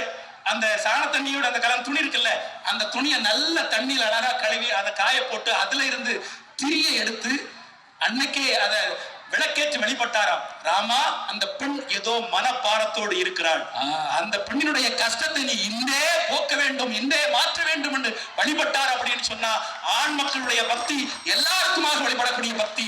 அந்த பக்தி தான், அதை தான் ஆண் மக்கள் நடத்து கொண்டிருக்கிறார்கள். அதற்கு பெரிதும் காரணமாக இருப்பது நேற்றல்ல இன்றில்லை என்றுமே ஆண் மக்கள் தான் என்று சொல்லி வாய்ப்பளித்த அத்தனை பெருமக்களுக்கு நன்றி பாராட்டி விடைபெறுகின்றேன். அன்பு வணக்கம் ஐயா. எம்பிட்டு மணி அடிச்சாலும் சரி, அவர் சொன்னாரு பாருங்க, கோயில்ல கும்பாபிஷேகம் பண்றப்ப முக்கியமான ஒண்ணு தெரியுங்களா, மருந்து சாத்துதல்னு ஒண்ணு இருக்குதுங்க. நீங்க இன்னைக்கு இரவு பாத்தீங்கன்னா போய் பார்க்கலாம். அந்த விக்கிரகங்களை உள்ள வைக்கிறப்ப மருந்து தயார் பண்ணுவாங்க. அது பல்வகையான பொருட்கள், இயற்கை பொருட்களை சேர்த்து ஒரு உருண்டையா இருக்குங்க. அந்த உருண்டை காயறதுக்குள்ள என்ன பண்ணுவாங்கன்னா, இப்ப நம்முடைய சாமி விக்கிரகம் இருக்கு இல்லையா, அதை உள்ள வச்சுட்டு அதை பூசிட்டாங்கன்னா உடைச்சி எடுக்க முடியாது. ஏன்னா யுத்த காலங்களில் அதை உடைச்சி எடுத்துக்கிடுவாங்க. அப்ப அந்த மருந்து உருண்டை இரும்பு மாதிரி இருக்குங்க, உடைக்கவே முடியாது. அதை உடைக்கணும்னா என்ன செய்யணும் தெரியுமா? பாதரசத்தை ஒரு துளி விட்டா அப்படியே தண்ணியா மாறி போயிருங்க, சாலிடு லிக்விடா மாறிடும். அந்த இரும்பு மாதிரி இருக்கக்கூடிய மருந்து மாதிரி இருக்கக்கூடிய உள்ளத்தை பக்தி தான் இழக வைக்கும். அதைத்தான் அவர் அருமையா சொல்லியிருக்காரு. அதோட மட்டும் இல்ல, வாரியார் சாமியை பத்தி சொன்னார் பாருங்க. எத்தனை வயலூர் முருகன் கோயில் அவர் தான் கும்பாபிஷேகம் பண்ணாரு. 63 கோயில்களுக்கு மேல அவர் கும்பாபிஷேகம் பண்ணியிருக்காரு. எளிமையா சொல்லுவாருங்க, பேசிக்கிட்டே இருப்பாரு. பிள்ளைகள்லாம் கதை போடுறாங்களா கூப்பிடுவார், இங்க வா மேடைக்கு வா. நிறைய புஸ்தகம் ஆப்பிள் பழம்லாம் வச்சிருப்பாரு. உன் பேர் என்ன சொல்லு, சொல்லுவா. எத்தனாவது படிக்கிற சொல்லுவா. நீ உங்க வீட்டுல எத்தனாவது பிள்ளை? நான் தான் சாமி கடைசி பையன் அப்படி பாவேன். அதை நீ முடிவு பண்ணக்கூடாது, உங்க அப்பா முடிவு பண்ணணும். சொல்லு, தமிழ்நாட்டுல கடல்ல கலக்காத நதி எது கேட்பாரு. அவன் கரெக்டா சொல்லிட்டாருன்னா உடனே ஒரு புத்தகம் கொடுப்பாரு. தமிழ்நாட்டுல கடல்ல கலக்காத நதி எது தெரியுமா? வைகை. அது வந்து சிவபெருமானால் உருவாக்கப்பட்டது. அதனால அது கடல்ல கலக்க மாட்டேன்னு சொல்லிச்சான். ஏன்னா அந்த கடல் சிவபெருமானுக்கு நஞ்சு கொடுத்துச்சு. நாரியிட பாகருக்கு நஞ்சளித்த பாவி என்று வாரியிடை புகுதாயே வையையே. சரி, அவர் சொல்லுவாரு, சொல்றான், எவரெஸ்ட் சிகரம் இமயமலைக்கு கைலாசம்னு ஏன் பேர் வந்தது? சிவபெருமான் கைலாசம் இருக்காருல்ல, ஏன் பேர் வந்தது கைலாசம்னு? எல்லாரும் பேசாம இருப்பாங்க. அது சொல்லுவாரு, ஒரு நாள் அந்த ராவணன் 20 கையோட அப்படி போயிருக்கான், 10 தலை. நாரதர் கூப்பிட்டு, நீ பெரிய ஆளுதான், எங்க இமயமலையை தூக்கு பாவம் அப்படின்னு இருக்காரு. இவன் சும்மா இருக்க மாட்டாம என்ன பண்ணிருக்கா, 20 கையை வச்சு இமயமலையை தூக்கிவிட்டாங்க. மேல உட்கார்ந்து இருந்த சிவபெருமான் பார்வதி லேசா ஆடிட்டாங்க. பார்வதி கோவம் வந்துருச்சு. ஏங்க, யாரோ ஒருத்தர் வீட்டை தூக்குற மாதிரி இமயமலையை தூக்கிட்டு இருக்கா, நீங்க பார்த்துட்டு உட்கார்ந்துருக்கீங்கன்னு இருக்காங்க. அவர் உடனே சிரிச்சுக்கிட்டே பெருவரில் இப்படி அமுக்கினாரு. அவன் 20 கையும் உள்ள மாட்டிக்கிச்சுங்க. யாரு? அந்த ராவணன் 20 கையும் மாட்டிக்கிச்சு. கை மாட்டினதுனால அப்படியே கை லாஸ் ஆயிடுச்சு. அதான் கைலாஸ். புரியுதா? இதுதான் வாரியார் சாமி சொல்லுவார். கையில் இது உண்மையா போய் அதெல்லாம் இருக்கட்டுங்க. அப்புறம் என்ன பண்ணா, தன்னுடைய உடம்பில் நரம்பை எடுத்து அவன் சாமகானம் பாடினான். அந்த கடவுள் பாட்டுக்கு இறங்கி வருவாருங்க. அவர் பாட்டுக்கு இறங்கி வருவார். அழகா சொல்லியிருக்காரு, நல்லா பாடினாரு. நாங்க தான் அப்படியும் வளர்த்து பக்தியை கொண்டு வர்றோம்னு சொல்லியிருக்காரு. 48 நாள் அப்படியே அந்த ஐயப்ப கோயிலுக்கு போற அந்த இதெல்லாம் சொன்னாரு. கேளுங்கம்மா, அதெல்லாம் பாருங்க. நீங்க அதெல்லாம் உங்க வீட்டுல மாலை போட்டுதான் தெரியும். அருமையா பேசியிருக்காரு. இருக்கலாம், இருந்தாலும் பெண்களுடைய பக்திக்கு ஈடாக எதுவும் இல்லைன்னு சொல்லி பேச கோவை பூங்குடி அவர்கள் வருகிறார். வாங்கம்மா. இருமுளை கோமளம் தாழ் புஷ்பராகம் 2 கண்ணும் குறுமணி நீலம் கை கோமேதகம் நகம் கூர் வாழ் வைரம் திருநகை முத்துக்கணிவாய் பவளம் சிவந்த வள்ளி மரகத நாம திருமேனியும் பச்சை மாணிக்கமே தோராத வட்ட முக்கோண சக்கோண துளங்கு வட்டத்து ஈராறு இதழ்ட்டு ரீங்கார உள்ளிட்டு அதன் நடுவே ஆராதனை செய்து அர்ச்சித்து பூசித்து அணிவடிந்தாள் வாராதிராள் அல்லலே வாழை ஞான வராகியுமே என்று வராகி மாலையிலே புகழப்படுகின்ற அம்பிகை பல்வேறு இடங்களில் பல்வேறு திருப்பெயர்களால் நின்று அருள்வாளித்துக் கொண்டிருக்கக்கூடிய அன்னையாகப்பட்டவள் இங்கே பட்டத்துக்கு அரசியாக நின்று இந்த ஊர் மக்களை எல்லாம் வழிநடத்தி கொண்டிருக்கக்கூடிய அன்னையை எனது மனம் மொழி மெய்களால் வணங்கி நிற்கின்றேன். உண்மையிலுமே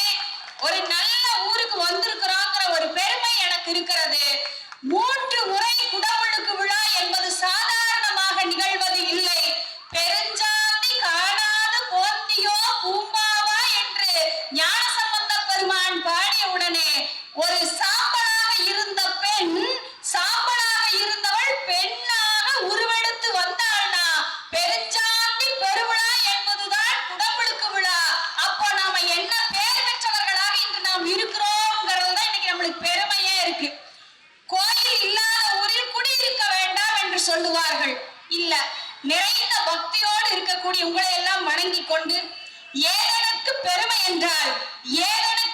என்றால் நான் கற்றதோ கேட்டதோ என் தாய் என்னை பெற்றதோ எனக்கு பெருமை இல்லை. கலைமாமணி கு ஞானசம்பந்தம் ஐயா அவர்களுடைய அடியில் பேசுவதே என்னுடைய வாழ்நாள் பேறு என்று சொன்னார். அப்பேற்பட்ட தாயினும் சால பருந்தி எங்களை வழிநடத்தக்கூடிய நடுவர் அவர்களே, பட்டி மண்டபத்தில் பாங்கறிந்து ஏறி இருக்கக்கூடிய பேச்சாளர் பெருமக்களே, நமது கொங்கு மண்ணுக்கு பெருமை ஐயா அவர்கள் சொன்னாங்க. ஏழுங்க நல்லா இருக்கிறீங்களா? ஆடு மாடெல்லாம் நல்லா இருக்குதுங்களா? அப்சியாத்தா நல்லா இருக்கிறாங்களா? வீட்டுக்கு வந்ததான் வந்தீங்க, இருங்க சாப்பிட்டு போலாமுங்கன்னு சொல்லி ஒவ்வொரு அக்ரணி பொருள்களுக்கும் கூட உயர்நிலை மரியாதை கொடுக்கக்கூடிய மண் நம்மளுடைய கொங்கு மண். என்ன பிபி மாத்திரை போடல, அதனால இங்க வந்து இந்த சத்தம் போட்டு ஆண்கள் தான் தெரியுமா, நாங்கெல்லாம் எப்படி தெரியுமா? உங்களுடைய பக்தி எல்லாம் எல்லாமே சுயநல பக்தி. யாரு? பெண்களுடைய பக்தி எல்லாம் சுயநல பக்தி. எங்களுடைய ஆண்களுடைய பக்தி இருக்கு பாரு, அது பொதுநல பக்தின்னு முதல் குற்றச்சாட்டை எங்க அண்ணன் வச்சாரு. எங்களுடையதான் சுயநலம். நாங்க பெற்று தர்றது மட்டும் இல்ல, குழந்தைகளுக்கு பக்தியை கற்றுக் கொடுக்கறதும் நாங்க தான் கற்றுக் கொடுக்கிறோம். பெற்று தர்றது மட்டும் இல்ல, கற்று தர்றது இல்ல. நான் தெரியாம தான் கேக்குறேன். நீங்க இலக்கிய உதாரணங்கள் எல்லாம் நிறைய பக்தி இலக்கிய உதாரணங்களை சொன்னீங்க. நாங்க ஒண்ணு ஆண்களுடைய பக்தியை குறைவாக சொல்லவில்லை, அதை விட மேன்மையானது என்பதை எடுத்து சொல்றோம். அவ்வளவுதான். பக்திங்கிறதுல குறை கிடையாது, அதை விட உயர்ந்த ஒரு படி நாங்க நிக்கிறோம், அவ்வளவுதான். என்னன்னா குணசேகர ஆழ்வார் பாடுவார், என்ன ஆனான செல்வத்து அரம்பையர்கள் தச்சூழ வானாலும் செல்வமும் மண்ணரசும் யான் வேண்டேன் தேனார் திருவேங்கட சுனையில் மீனாய் பிறக்கும் விதியுடைய நாவேனே பாரு. நானு எனக்கு எந்த பதவி வேண்டாம், இந்திரலோக மண்ணோக ஒண்ணு வேண்டாம், திருவேங்கட சுனையில மீனா பிறந்தா போது. திருப்பதியில இருக்கக்கூடிய அந்த குளத்துல மீனா இருந்தா போதும். இது சுயநலம் இல்லையா? அருணகிரி சுவாமியை சொன்னீங்க, வாரியார் சொன்னீங்க, அருணகிரி சுவாமி சொன்னீங்க.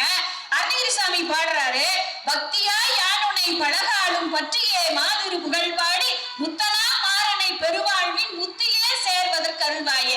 நான் முத்தி அடையிறதுக்கு எனக்கு அருள் கொடு. இது யாருடைய பக்தி? ஒரு ஆடடியாருடைய பக்தியாக இருக்கிறது. நீங்க என்ன சொன்னீங்க? 63 நாயன்மார்கள்ல 3 பேர் தான் பெண்களா? நான் கேக்குறேன், ஏனாத்தா கடைசியில் இருக்கிற ஆத்தா சொல்லுங்க, ஒரு சட்டி நிறைய பானையில சோறாக்கிட்டு இருக்கிறீங்க, ஒரே ஒரு சோறு வெந்துருச்சான்னு எடுத்து பார்த்தா எல்லா சோறு வெந்திருக்குதுன்னு அர்த்தம். ஒரு பானை சோற்றுக்கு ஒரு சோறு பதம்னு சொல்லுவாங்க.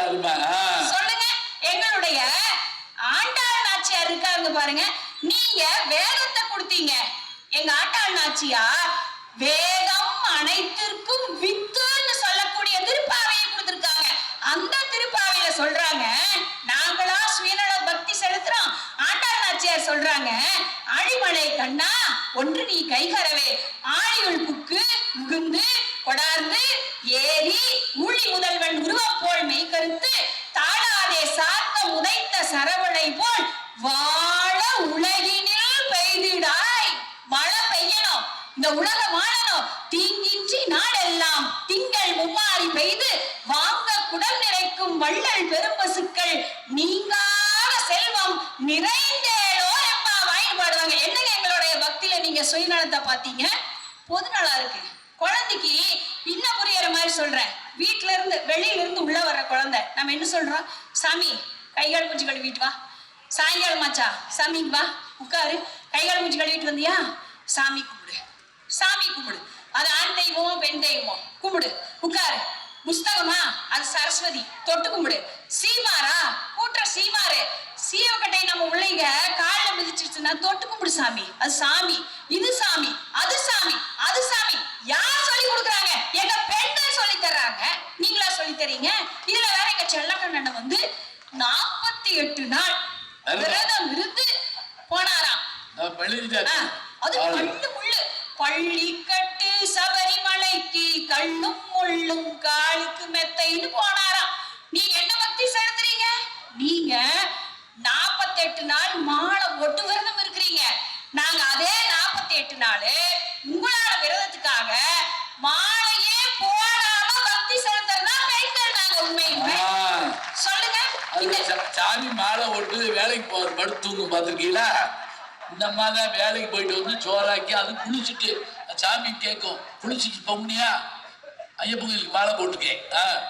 இந்த சாமி காலையில் எந்திரிக்காது. இந்த சாமி தொட்டா தீட்டு ஒரு குச்சி வச்சு அந்த சாமி எந்திரிக்கணும். சாமி எந்திரிங்க சாமி, எந்திரிங்க சாமி. அப்ப சாமி எந்திரிக்கு. சாமி எந்திரிச்சு வந்து பச்சை தண்ணி குளிக்காது, ஹீட்டர் போட்டுடணும். ஹீட்டர் சாமி போட்டுவிட்டு இந்த சாமி வந்து குளிக்கணும். இந்த சாமி வந்து குளிக்கும் போது குளிச்சுட்டு வந்து தோட்ட துண்டு எடுத்துட்டு போகாது. அந்த துண்டு சாமி நாங்க தான் எடுத்துட்டு போகணும். காப்பி கொடுக்கறது நாங்க தான் கொடுக்கணும். காப்பி சாமி கொண்டு வந்து சாமி கிட்ட கொடுக்கணும். சாமி கொண்டு வந்து சிங்கு சாமியில போடு. சிங்கு சாமியில போட்டதெல்லாம் எந்த சாமி? இந்த பெண் சாமி தான் கழுவி வைக்கும். சிங்கு சாமியா? அது என்ன? சிங்கு சாமி. சிங்கு சாமியா அது? கேக்குறேன் நானு. இதுல இவங்க போயிட்டு திரும்பி வர வரைக்கும் அந்த நந்தா தீபம் அணையாம பாதுகாக்கிறது இந்த வீட்டுல இருக்கக்கூடிய குல விளக்கு, குத்து விளக்கு தானே நடுவர் அவர்கள். அதனால இன்னொன்னு, இவங்க மாலை போட்டா இவங்களும் கருமி எழுதிக்க கூடாது. ஏமா அது பெரிய கஷ்டங்க. அப்படி ஆயிட்டியா? இதுல கூட எங்களுக்கு தெரியுமா, என்ன தெரியுமா? இந்த கோயில் நம்ம பட்டத்தரசி அம்மன் கோயில் எப்படி கட்டினாங்க தெரியுமா? எத்தனை கஷ்டம், எத்தனை ஆண்மார்கள் பந்தக்கால் நாட்டுறதுல இருந்து, ஆமா எங்க அண்ணமார்கள பந்தக்கால் நாட்டுறதுல இருந்து எல்லாத்துக்கும் மஞ்சப்பை எடுத்து இக்கத்துல வச்சுட்டு போயிட்டாங்க. அத்தனை நாள் 2 மாசம் 3 மாசம் இத்தனை நாள் உண்மையா மனசை தொட்டு சொல்லுங்க. அந்த வீட்டுல இருக்கக்கூடிய பெண்கள் அத்தனை பேர் குடும்பத்தை பார்த்துட்டதுனால மட்டும்தான் உன்னால வேலை செய்ய முடிஞ்சிச்சு. ஊரூரா போய் வசூல் பண்ண முடிஞ்சு, இன்னைக்கு நடத்த முடிஞ்சிச்சு. நீங்க என்ன அப்புறம் இன்னொன்னு சொல்றாரு, அபிராமி பட்டர் தெரியுமா? அவர்தான் அபிராமி பட்டர். அபிராமி பட்டருக்கு யார் அருள் கொடுத்தாங்க? அபிராமிங்கிற பெண் தெய்வம் தாங்கன்னா. அப்புறம் ஞானப்பால் தெரியுமா? ஞான சம்பந்தர். ஆமா 3 வயசு கையில குவான்னு கத்துனாரு. கத்துனோடனே அந்த சத்தம் யாரு கேட்டுது? சிவபெருமான் கேட்டுச்சா, உமையம்மைக்கு கேட்டுச்சா? ஒரு குழந்தை அழுவது ஒரு தாய்க்கு தான் கேக்குங்க. ஞானப்பால் கொடுத்தாங்க. அதுவும் அந்த ராத்திரில பிள்ளை அழுதுச்சுன்னா அம்மாதான் இந்த சூடுவா.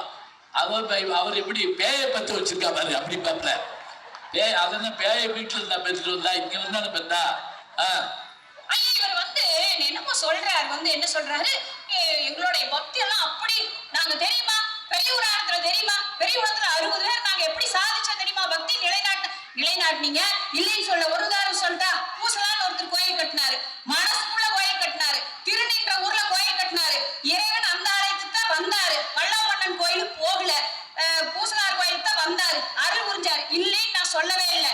நீங்க மனசுக்குள்ள கட்டுன கோயில வேற யாராவது கும்பிட முடிஞ்சுச்சா? அடுத்து வர நம்ம தம்பி பதில் சொல்லட்டும். அது என்ன பூசலார் கோயில்னா, உட்கார்ந்த இடத்துலயே வட்டமா ஒரு கிணறு, இந்த பக்கம் ஒண்ணு அந்த பக்கம் ஒண்ணு, அப்படியே அவர் மனசுக்குள்ள கட்டிட்டாரு. அதுல என்ன கும்பாபிஷேகம் பண்ணாங்களா போய் யாரும்? இல்ல, அது அவருக்கு தான் லாபம். இல்ல நாங்க ஐயா அப்படிலாம் இல்லைங்க ஐயா, மனசுக்குள்ள எல்லாம் எங்களால கோயில் கட்ட முடியாது. நாங்க என்ன பண்றோங்க ஐயா, மார்கழி மாசம் ஆச்சுன்னா இந்த பூங்கொடி எல்லாம் ஐயா காலை 4 மணிக்கு எந்திரிச்சு பண்ணுங்க. காலை 4 மணிக்கு எந்திரிச்சுங்க ஐயா, அழகா வாசல் தொளிச்சு கோலம் போட்டுங்க ஐயா. 2 புள்ளி 2 வரிசையில பெரிய கோலமா போட்டுங்க ஐயா. 2 புள்ளி 2 வரிசையா? பெரிய கோலம். இப்ப இது வந்து பெரும்பாலும் செல்லுல தான் நீங்க கோலம் போடுறீங்க அப்படின்றீங்க, ஒரு கோலம் வந்துருது. அந்த கோலத்தை போட்டுங்க ஐயா, ஒரு புல்லார புடிச்சு வைக்கிறோம். அந்த புல்லார கிடைக்கலைன்னா எங்க வீட்டுக்காரையே கொண்டு உட்கார வைக்கிறோம். 2 பேரும் ஒண்ணுதானே. உட்கார வச்சு ஒரு குடம் தண்ணியை ஊத்தி நான் கும்பிடுறேன், எங்க தெருவே கும்பிடுதுங்க. இப்படி ஒரு பொதுநல பக்தி எங்கேயாவது பார்த்திருக்கீங்களா? நீங்க பூசலார் கோயில் கட்டுறது உயர்வா பேசுனீங்க, நாங்க பிள்ளையார் உயர்வா பேசுவோம். ஐயா, தன்னை மறப்பது பக்தி, தன்னை இழப்பது பக்தி. நீங்க திருநாவுக்கரசரை பற்றி சொன்னீங்களே, திருநாவுக்கரசருக்கே ஒரு தடுமாற்றம் வந்தது. சைவ சமயத்திலிருந்து சமண சமயத்துக்கு போனாரு, சூளை நோய் வந்துச்சு. நீங்க சூளையை கொடுத்தாரு, சூளை நோய் வயிற்று நோய் வந்துச்சு. அவர் கஷ்டப்பட்டாரு. அவருடைய தமக்கையார் திலகவதியார் என்று சொல்லக்கூடிய பெண்ணா அவரை கொண்டு வந்து திருநீற்று மந்திரத்தை சொல்லி மீண்டும் சைவ சமயத்துக்கு திருப்பிய பெருமை பெண்களுக்குரியதுங்க. சொல்லுங்க பார்க்கலாம், தன்னை இழப்பது பக்திங்க. நீங்க இப்படி ஒரு பக்தி நீங்க வந்து சொல்லி இருப்பாங்களா? எங்களுடைய காரைக்கால் அம்மையார் இருக்காங்க, கடவுள்கிட்ட வேண்டாம், கடவுளே இந்த குடும்பத்துல கதையெல்லாம் உங்களுக்கு தெரியும், என்னால வாழ முடியல, எனக்கு என்ன வேணும்? திருவாலங்காட்டிலே நீ ஆடக்கூடிய ஆடலை காண்பதற்காக எனக்கு என்ன வேணும், பேய் வடிவம் வேண்டும் என்று கேட்டு பெற்றுக்கொண்டார். நீங்க நினைச்சு பாருங்க, இன்னைக்கும் பெண்கள் மொட்டை அடிச்சுக்கிறோம், அக்னி சட்டி எடுக்கிறோம், தீ மிதிக்கிறோம், தன்னை இழப்பதற்கு தயாராக இருக்கிறோம் தன்னுடைய குடும்பத்திற்காக. அவங்க காரைக்கிழமையர் கடவுள்கிட்ட பேய் வடிவம் வேண்டி கேட்டுட்டாங்க. ஏனம்மா இந்த வடிவத்தை கேட்கிற? நான் இறைவனுடைய ஆடலை பார்க்க வேண்டாமா? இறைவன் ஆடக்கூடிய ஆடல் பங்கையர் பாத சிலம்ப செய்தாட, பாத சதங்கை கிங்கி நின்றாட, பொங்கமுடனே உரித்து தரித்த புள்ளி தோழ செய்தாட, செங்கையிலேந்திய மான்மழுவாட, செம்போர் குலைகள் முயலகனாட, கங்கையிலம் பெரு செஞ்சரியாட, ஆடக்கூடிய நாடலைக்க வேணும்னு பேய் வடிவம் வேண்டி பெற்றுட்டு நேர கையிலைக்கு போனாங்க. எப்படி போனாங்க? நீங்க கல்லு முள்ளும் கடந்து போனதை உயர்வா சொன்னீங்களே, எங்களுடைய காரைக்கால் அம்மையார் எப்படி போனாங்க? இறைவன் இருக்கக்கூடிய இடத்திலே காலால் நடக்க கூடாது என்பதற்காக தலையால் நடந்து சென்றாங்க. சிவபெருமான் கேட்டாங்க. இது உமையம்மை பார்த்து கேக்குறாங்க, யார் இது, யார் இது? சிவபெருமான் சொல்லுகிறார், எமை பேணும் அம்மை, அம்மா என்று சிவபெருமான் ஒருவரை அழைத்திருக்கிறார் என்றால் அது பெண்ணினுடைய பக்தி. அவங்க கேட்கிறாங்க, உனக்கு என்னமா வேணும், உனக்கு என்ன? நீங்க சொன்னீங்க ஆடை ஆபரணங்கள் பெண்கள் போட்டுக்கிறாங்க. காரைக்கால் அம்மையார் கேட்டாங்க, என்ன வேணும்னு கேட்டாங்க. காரைக்கால் அம்மையார் சொல்றாங்க, பிறவாமை வேண்டும், மீண்டும் பிறப்புண்டேன், உன்னை மறவாமை வேண்டும் என்று சொல்கிறார் என்று சொன்னா. ஐயா இப்படி சொல்லி நான் முடிக்கிறேங்க. மங்கையர்க்கரசியார் இருந்தாங்க. அவங்க ஒரு ராஜ்யத்தையே ஆளக்கூடிய தன்னுடைய கணவனை, ஒரு கூட்பாண்டியனை நின்ற சீர் நெடுமாறனாக உயர்த்தி காட்டினார்கள் என்று சொன்னார். குடும்பத்தை உயர்த்த வேண்டும் என்று சொன்னார். பக்தி செய்ய வேண்டும். அதுதான் நல்ல ஒழுக்கம் சார்ந்த, பண்பாடு சார்ந்த தமிழர் நெறி என்று சொன்னார். அந்த நெறியை காத்தவர்கள் பெண்களாகத்தான் அன்னைக்கும் சரி இன்னைக்கும் சரி இருக்கின்றார்கள் என்று சொல்லி ராஜராஜனை சொன்னீங்க. அவர் கல்வெட்டிலே எடுத்திருக்காங்க, எழுதியிருக்காரு. யார் கொடுத்தது? நான் கொடுத்ததா? அக்கா கொடுத்தது, கொடுப்பார் கொடுத்தது, எல்லாம் சேர்ந்து அவங்களுடைய தமக்கையாரை சேர்ந்தவர் சொல்லுகிறார். அப்படி கோயில் கட்டுறதிலிருந்து, கும்பாபிஷேகம் பண்றதிலிருந்து, குடும்பத்தை வழிநடத்துவதிலிருந்து பெண்களுடைய பக்தி தான் சிறந்து நின்று வழிகாட்டுகிறது என்று சொல்லிக்கொண்டு என்னை பேச வைத்த தமிழுக்கும் செவிமடுத்த உங்களுக்கு நன்றி கூறி விடைபெறுகிறேன். நன்றி, வணக்கம். எவ்வளவு படிச்சிருந்தா இவ்வளவு வேகமா பேச முடியும் யோசிச்சு பாருங்க. ஏன்னா சில சமயம் சண்டை வர்றப்ப வாயில வார்த்தை வராது தெரியுமா? அப்புறம் பாய்ச்சிக்கிறியா அப்படின்னு போயிடுவோம். கோபம் வர்ற அளவுக்கு வார்த்தை வராது. ஆனா படிச்ச படிப்பு பூரா இந்த பக்கம் காரைக்கால் அம்மையார், அந்த பக்கம் வந்து திலகவதியார், இந்த பக்கம் மங்கையர்க்கரசியார் வரிசையா ஒண்ணு விடாம சொல்றாங்க. நீங்க பாட்டுக்கு மாலையை போட்டிருக்கீங்க, நாங்க சாமி சாமின்னு சிங்கசாமின்னு ஆடிட்டு வர்றோம்ன்றாங்க. அதனால எங்க கஷ்டம் பெரிய கஷ்டம், ஆனா எங்க உழைப்பு அதிக உழைப்பு, பக்தியை நாங்க தான் அதிகமா வளர்க்குறோம்னு சொல்லி முகத்துல நான் பார்த்தேன். அவ்வளவு சந்தோஷம் இருந்தது.